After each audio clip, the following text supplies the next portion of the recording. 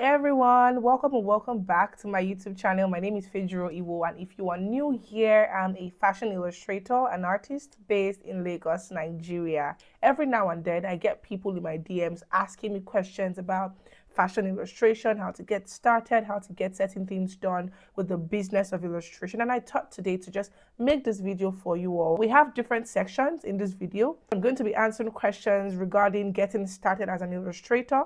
I'm also going to be answering questions relating to getting clients and building your brand, also pricing and working with clients.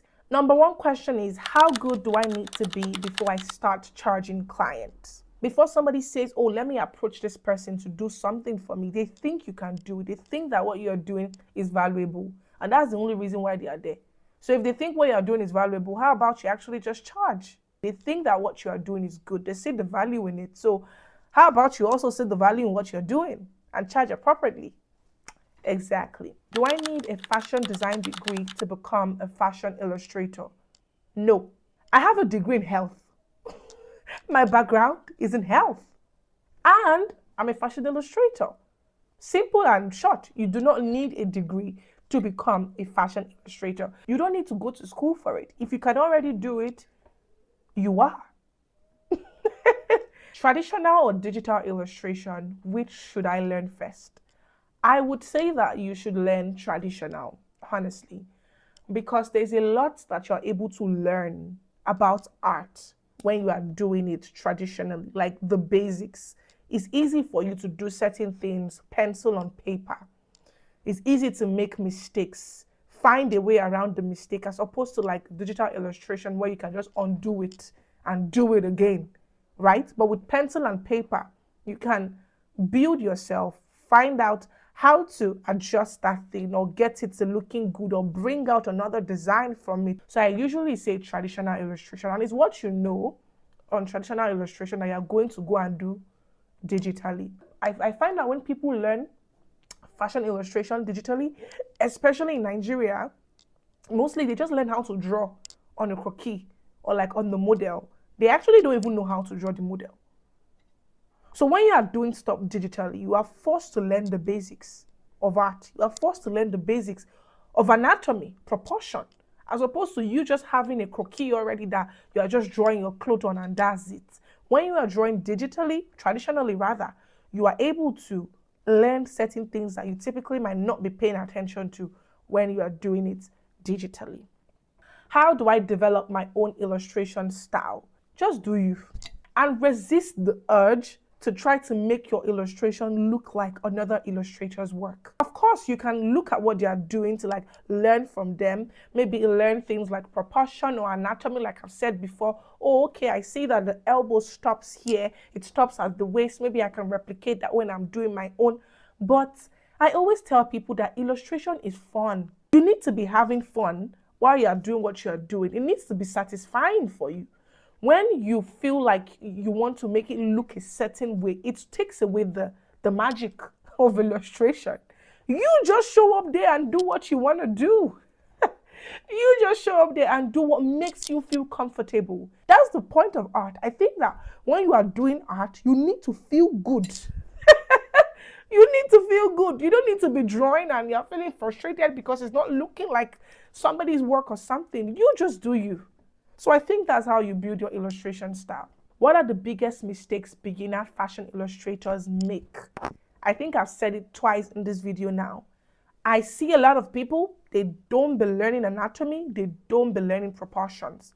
And in illustration, fashion illustration, it's not that it's something you have to learn like the advanced anatomy, just basics like, oh, what is the ratio of your head, the arms, the legs, like where's the position? If my elbow stop here, okay, where's the waist starting from? Where does the tip of the fingers, where does it stop at when you put it beside you, like on your legs? Where, just basic things like that. Because I see that a lot of people on Instagram, they draw an outfit, the outfit is good, but they forget that if the croquis, the model is not good looking, that outfit is not going to look good. That's the major mistake that they keep making. Anatomy, proportion, Sometimes you see a small head and then you see a ridiculously large shoulder. Like, this is not realistic.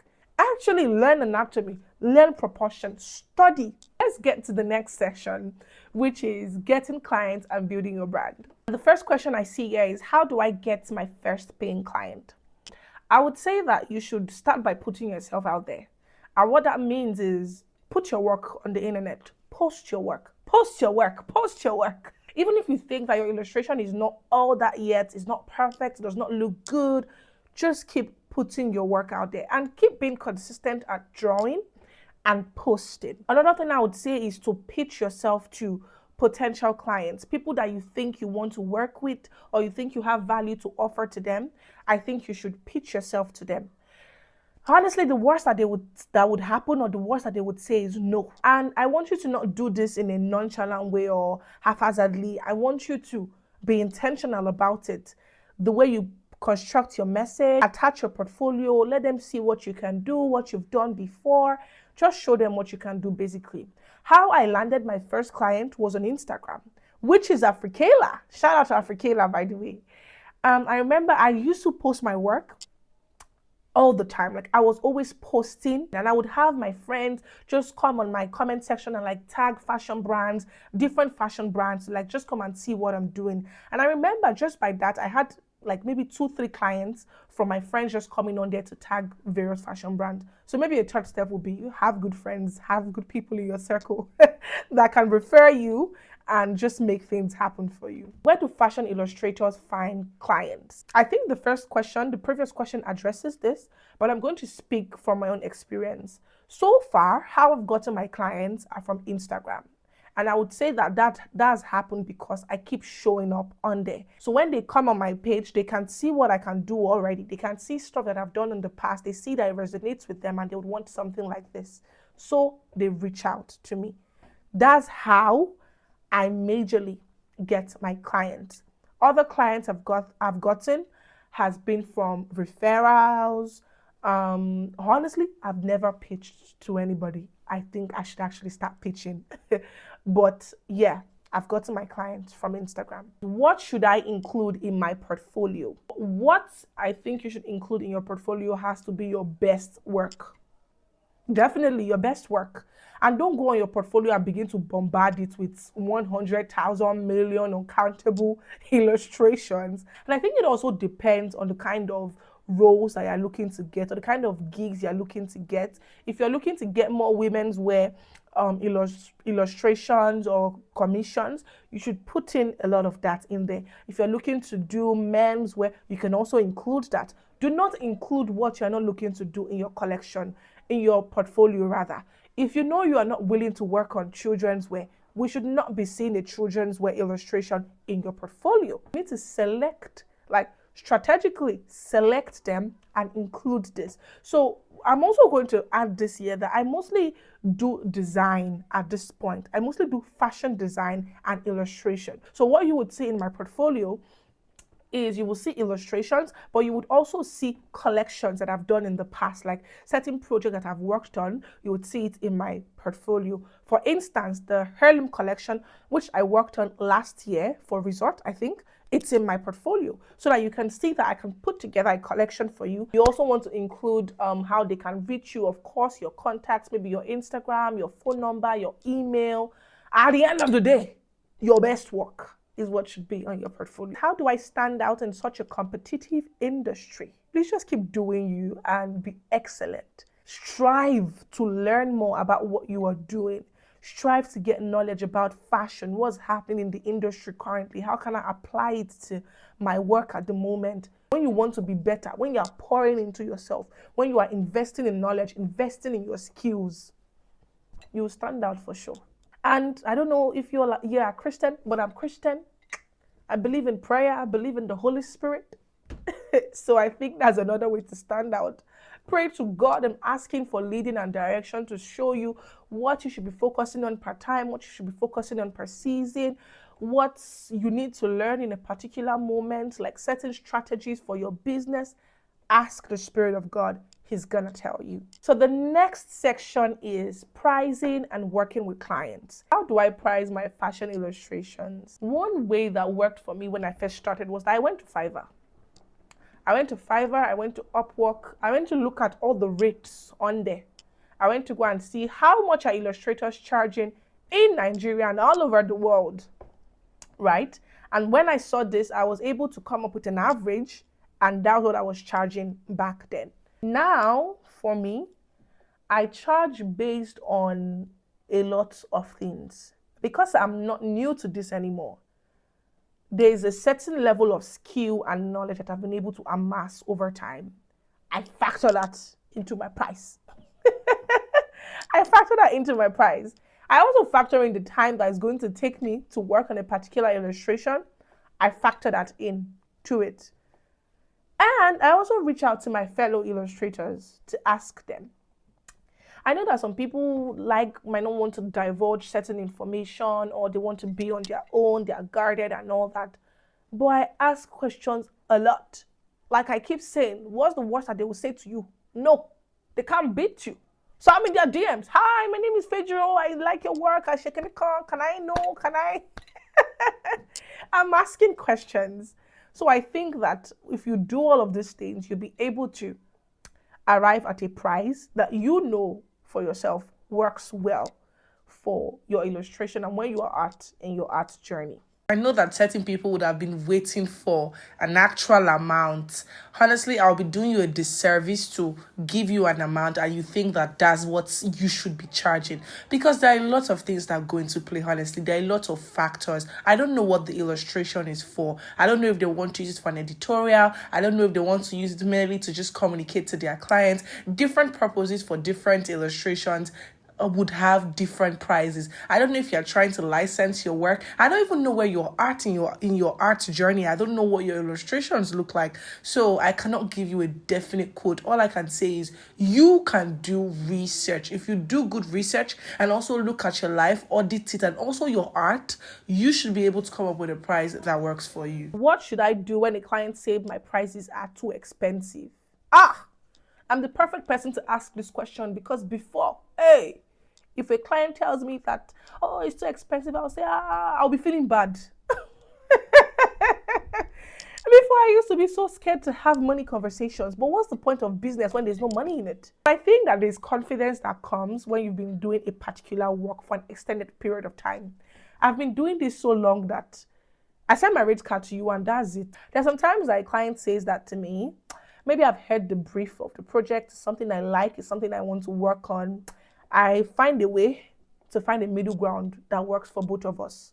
There are some other clients that when you hear the brief and you hear what they're offering, you see that it just doesn't tally. And one thing you should be comfortable with is knowing that not everybody is going to be your client. You don't need to work with everybody. So if somebody is saying that your price is too expensive for them, they can get it cheaper elsewhere, allow them. Next question is, should I always use a contract? Yes.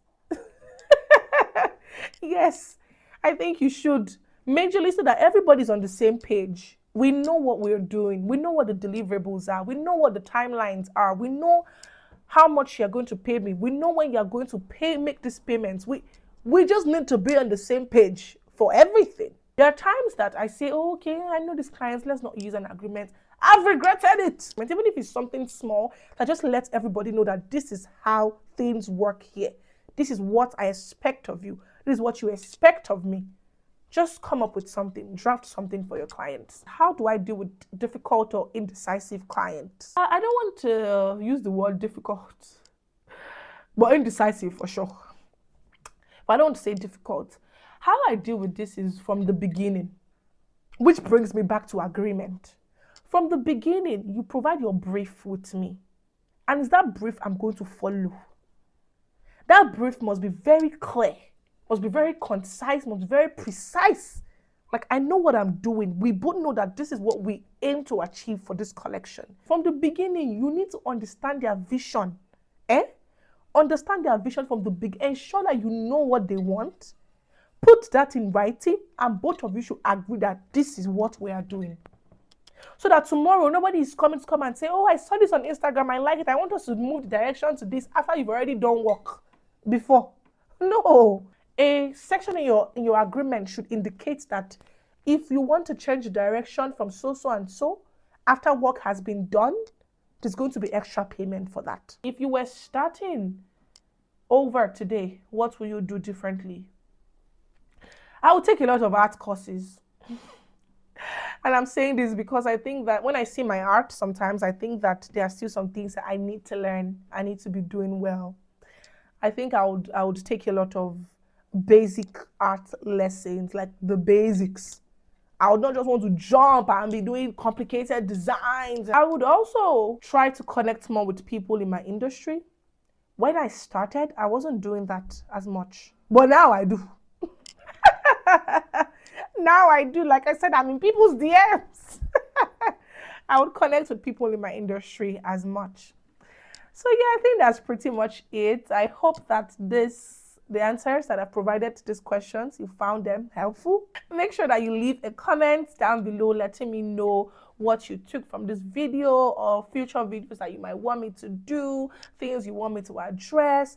And also make sure that you share this video to people that you think would benefit from it. Once again, my name is Fejiro, and it's such a pleasure meeting you all online.